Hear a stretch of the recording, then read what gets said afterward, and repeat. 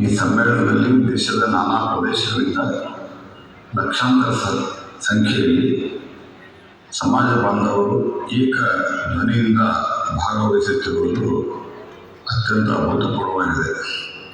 ನಾನು ಕೂಡ ಈ ಒಂದು ಐತಿಹಾಸಿಕ ಸಮಾವೇಶದಲ್ಲಿ ಪಾಲ್ಗೊಳ್ಳಲು ಅತ್ಯಂತ ಆಸಕ್ತನಾಗಿದ್ದೆ, ಉತ್ಸುಕನಾಗಿದ್ದೆ. ಆದರೆ ಪೂರ್ವ ನಿಯೋಜಿತ ಕಾರ್ಯಕ್ರಮಗಳಲ್ಲಿ ಇರಬೇಕಾಗಿರುವುದರಿಂದ ನಾನು ಬರಲಿಕ್ಕೆ ಸಾಧ್ಯ ಇಲ್ಲ. ಸರ್ವ ರೀತಿಯಿಂದಲೂ ಈ ಸಮ್ಮೇಳನ ಯಶಸ್ವಿಯಾಗಿ ನಡೆಯಲಿ, ದೇಶದ ಸೇವೆಯಲ್ಲಿ ತಮ್ಮ ಸಮಾಜದ ಸ್ಫೂರ್ತಿದಾಯಕ ಕಾರ್ಯವನ್ನು ಮಾಡಲಿ ಎಂದು ಹಾರೈಸುತ್ತೇನೆ.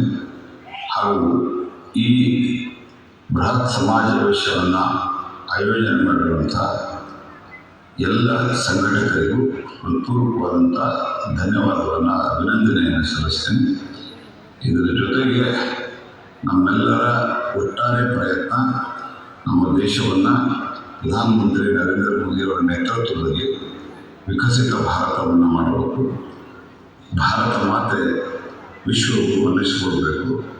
ಆ ದೃಷ್ಟಿಯಿಂದ ನಾವು ಸದಾಕಾಲಕ್ಕೂ ನಮ್ಮ ದೇಶದ ಆಗುಹೋಗುಗಳ ಬಗ್ಗೆ ಅತ್ಯಂತ ಗಮನವಿಟ್ಟು ನಾವು ಜಾಗೃತವಾಗಿದ್ದು ನಮ್ಮ ದೇಶದ ಮುನ್ನಡೆಗೆ ನಾವೆಲ್ಲರೂ ಕಾರಣೀಕರ್ತರಾಗಬೇಕು ಅನ್ನುವಂಥ ವಿನಂತಿಯನ್ನು ಮಾಡ್ತೇನೆ. ಮತ್ತೊಮ್ಮೆ ನಮ್ಮೆಲ್ಲರಿಗೂ ಅಭಿನಂದನೆ.